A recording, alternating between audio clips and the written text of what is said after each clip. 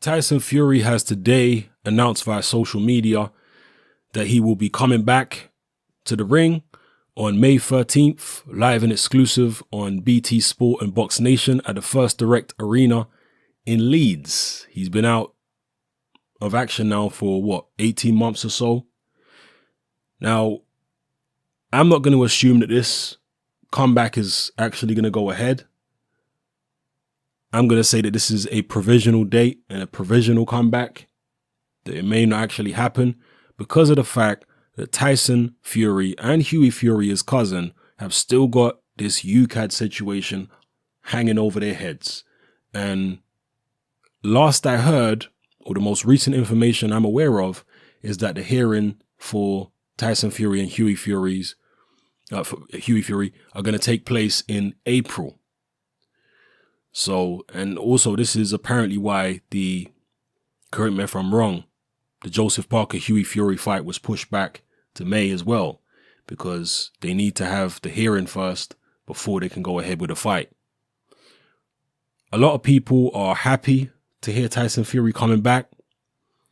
A lot of people are excited. A lot of people feel that the current heavyweight champions are just pretenders and they have no legitimate claim to the throne. Many people believe that Tyson Fury is going to come back and dominate the division. I mean, there are people who act as though Fury won't even be in a competitive fight when he comes back, in the sense that he'll fight the likes of Joshua and Parker and Wilder, and he'll win those fights easy, like taking candy from a baby. I am not one of those people. I think that if Tyson Fury comes back and fights everybody, he's going to lose. One of the reasons I believe this is because Tyson Fury doesn't live the life. He's been pictured all over the internet during his hiatus, grossly overweight. There have been stories, which I take on good authority, of Tyson Fury being seen in nightclubs, drinking, smashed out of his brain, eating junk food, so on and so forth. You can't do that with all that time out of the ring.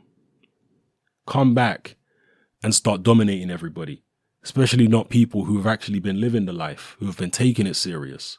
It's not going to happen. So I'm skeptical about how well Tyson Fury can do when he comes back. Don't get it twisted. He's a very talented heavyweight. Very, very talented. But I just don't think he lives the life. And you also have to factor in his mental issues. These are all things you have to take into consideration when you're thinking about how Tyson Fury is going to do against the top heavyweights out there. Yes, he beat Klitschko, but one win over a top heavyweight does not a legend make.